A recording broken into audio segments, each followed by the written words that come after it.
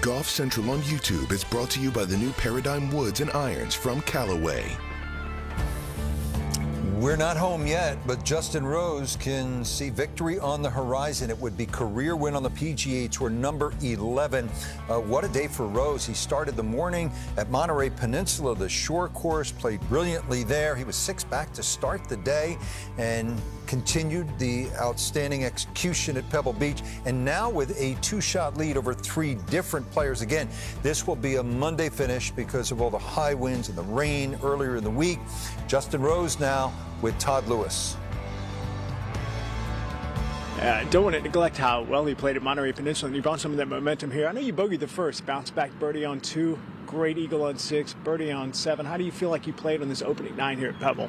I actually felt like I played a little scratchy, so I was quite happy with sort of the shots that I've managed to pull off at the right time. You know, obviously the 4-iron out of the bunker at number 6 kind of turned things around. Yeah, so I felt like I worked hard for those 9 holes and got a lot out of it, which was great. Yeah. Justin, you've won so many times across the planet. You've been number 1 in the world. You look at the first page of that leaderboard. It doesn't have a lot of winning experience like you have. Do you feel like that's an advantage for you? I hope so.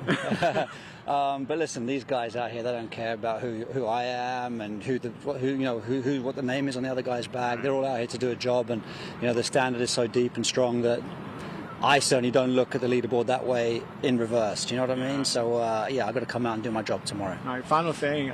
Normally, the day before they hand out a trophy, you've got 18 holes to sleep on. Yeah. Now you've got 8.5.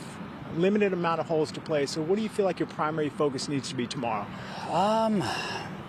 Just keep it clean. Obviously, there's less time for guys to make that big run, but I'm expecting one from someone, because obviously they've got nothing to lose. So I'm going to have to come out and play clean and just, if I get my chances, take them. And, just the same things you have to do to win a tournament, just kind of play it one. I felt like I was beginning to rush a little bit, I felt like it was important to hit the tee shot number 10. There might be a little wind switch coming tomorrow, so we wanted to get this tee shot out of the way. So just fall back into my rhythm a little bit tomorrow morning. All right, rest well. We'll see you in the morning. Cool. Thanks, guys. Yeah. Rich Lerner with 3-time PGA Tour winner Johnson Wagner. So Justin Rose, same age as you, at 42, with a chance to remind people who he is. In case any of us forgot, he is a world-class player and has been for 20-plus years. A former world number 1, as Todd just detailed, he's down to 71st in the world. So when you get late 30s into your early 40s, even with a record as stellar as Rose's, what can start to roll through your mind? I mean, a TV career?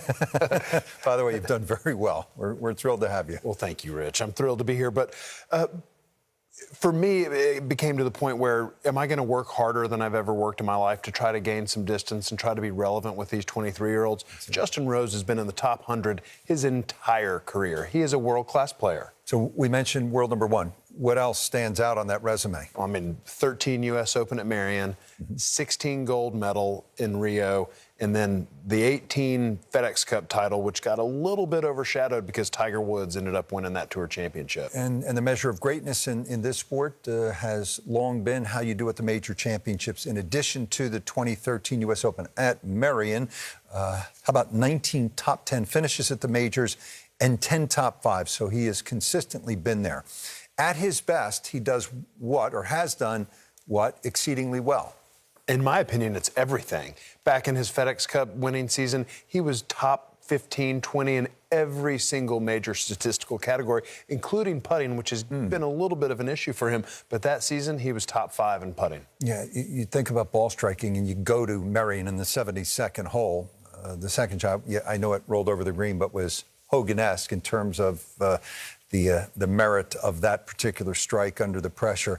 And then you scratch your head. It's been a long time, 25 years since he burst onto the scene. A lot of guys fizzle when they're 17 and they have a moment, as he did at Birkdale in 1998. That was the Open won by Mark O'Meara. Tiger was in the hunt with Brian Watts. That was a really good one. But as a 17-year-old, he finished 4th and famously holed out on the 72nd hole, and he's gone on to do some wonderful things. And I think the other point to consider is that if he wins and continues to play well, he's back in the conversation for the Ryder Cup in Rome later this year, after so many of his old European teammates like Garcia and Stenson and McDowell and Poulter jump to Live Golf and presumably, we don't know for sure, but presumably out of the consideration for the Ryder Cup. And an interesting note I found on Justin today, he's 71st in the world. There's only one player ranked ahead of him who's older than him, Adam Scott, who's 33rd in the world and who's 2 weeks older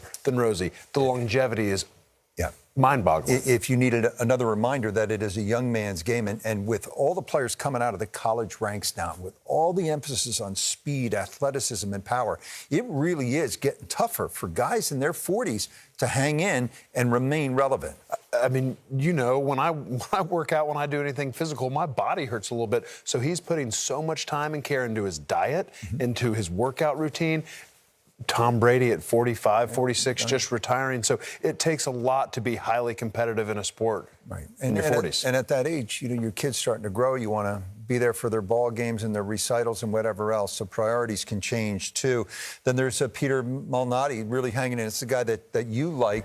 Here's the Malnati scorecard. Started with a sensational all-world 3 at the first hole. Trouble off the tee. Great recovery and cashed in with a putt. Here's Peter Malnati with Todd. And shocking, the rain is falling as Peter winds up his day. It was important for you to hit that shot, it seemed like, after the horn was blowing. Why is that? I told Kurt that I was not going to hit any more shots. Then we get up here, and I was looking at tomorrow's, I think the wind forecast tomorrow, it was going to be, in the morning, it's going to be blowing left to right. And if it's blowing hard, it makes that shot really difficult because I'm going to have to start it. You know, I'm gonna just anyway. I ended up hitting not a very good shot anyway, but I'm in the close Simone area. I'll be able to get putter on the ball, so I'm in good shape. I want to do it today. I knew the wind was kind of straight down. Tomorrow it could be more like pushing it toward the ocean, so I thought I'd try it. How do you feel like you played this opening 9 here at Pebble? How did it look like? Because it felt terrible. Like I don't think I hit any shots in the fairway except for the worst tee shot I hit all day, which I chunked a hybrid off 8, and of course missed that fairway. You've done something really wrong.